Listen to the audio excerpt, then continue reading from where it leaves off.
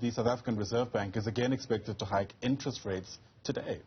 Yeah, the country has benefited from low rates in the past 2 years, but rising inflation and the war in Ukraine have put pressure on the economy.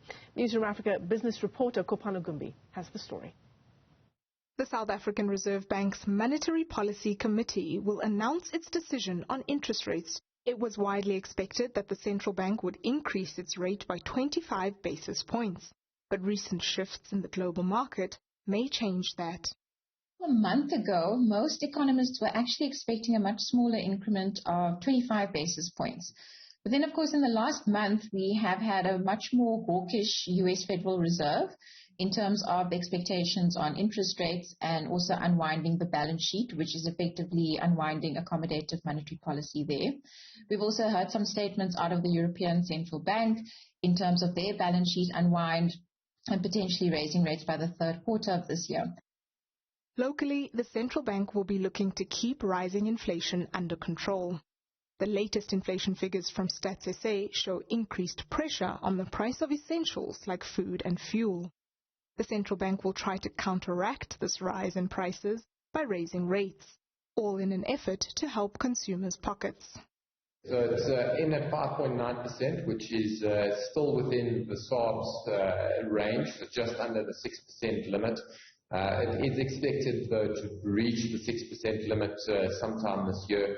Looking at the contributing factors, no surprises, oil, transport, with the weaker rand and the very high oil price, we're effectively importing inflation. What is helping is something like clothing that's only up 1%, so it's all over the place, but unfortunately one of our biggest factors being transport is up 14%.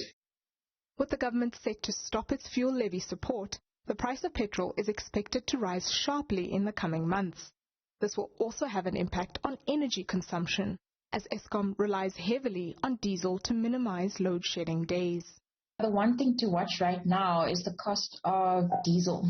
So we know with the record number of unplanned outages at much of Eskom's generation capacity, we are finding that the reliance has really increased on diesel. At the moment, there is a little bit of an issue on the diesel because we are running with very low stock levels, which could imply further load shedding. But we also know that diesel costs have been negatively affected by the Russia-Ukraine war that has exerted upward pressure on international oil prices.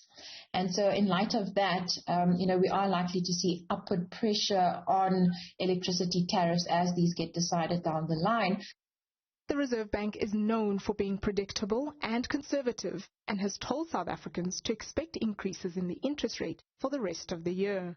The historically low rates have helped citizens through the hardest parts of the lockdown, but continued support will need a rise in the rates.